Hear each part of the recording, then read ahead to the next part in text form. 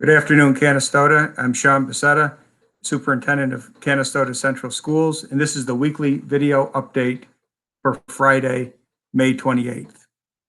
I'd like to start this week's update by talking to you a little bit about some of our end-of-year events that are rapidly approaching on the school calendar.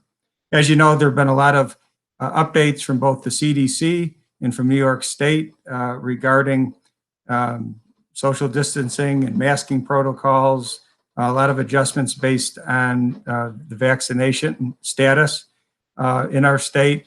We are in the process of digesting all of this information, seeing how everything fits together, and we will be issuing some additional guidance in terms of what our end-of-year activities will be looking like next week.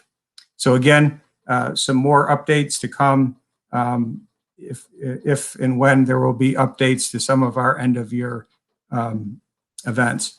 As always, we're trying to make sure that we're taking into account all the appropriate health and safety measures while also making events as open and available and accessible to our families as possible. So again, more information to come next week.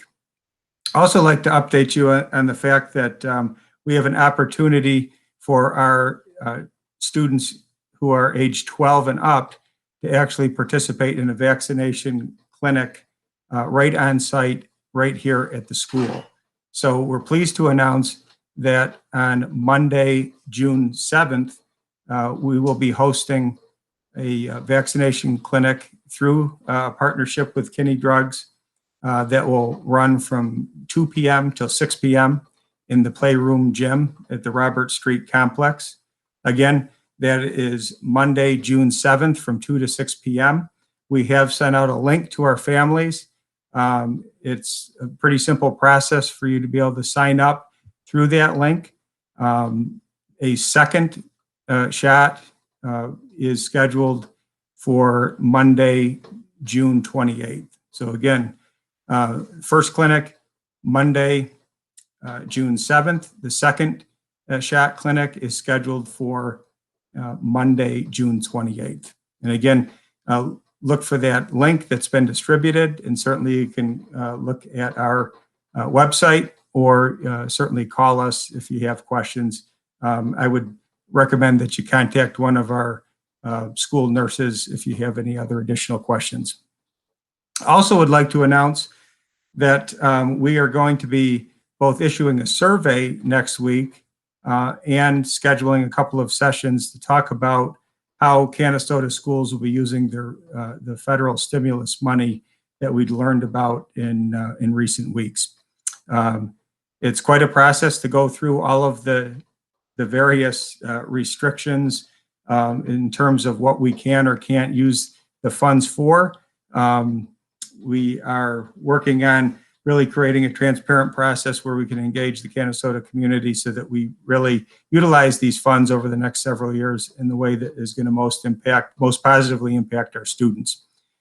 So we have a couple of sessions in the next few weeks that we'd like to make you aware of that will be accessible virtually for your convenience. Our first session is scheduled for Tuesday, June 8th. At 5:30 p.m. Again, that's Tuesday, June 8th at 5:30 p.m. And that will be followed by an additional session on Wednesday, June 16th. That's Wednesday, June 16th, also at 5:30 p.m. in virtual format. In those sessions, we're really trying to accomplish two things. One, give an overview of the types of uses that we can utilize these funds for, types of restrictions that we also have to take into account. And then the second part is really to hear some ideas and suggestions from you. Hopefully you'll find that to be a positive and interactive session for you to share your ideas. So again, we will be posting that information on our website and reminding people of those dates as we approach those sessions.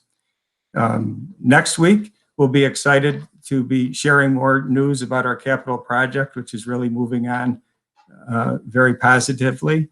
We'd like to share with you, in some cases, some pictures, and also just some basic information about why we're doing the project, what the benefits are to our students, to our community, to the taxpayers in general, about why this project is going to be beneficial to the Canastota community. That'll be an ongoing feature in our updates, really for the next probably year and a half as we move through the process.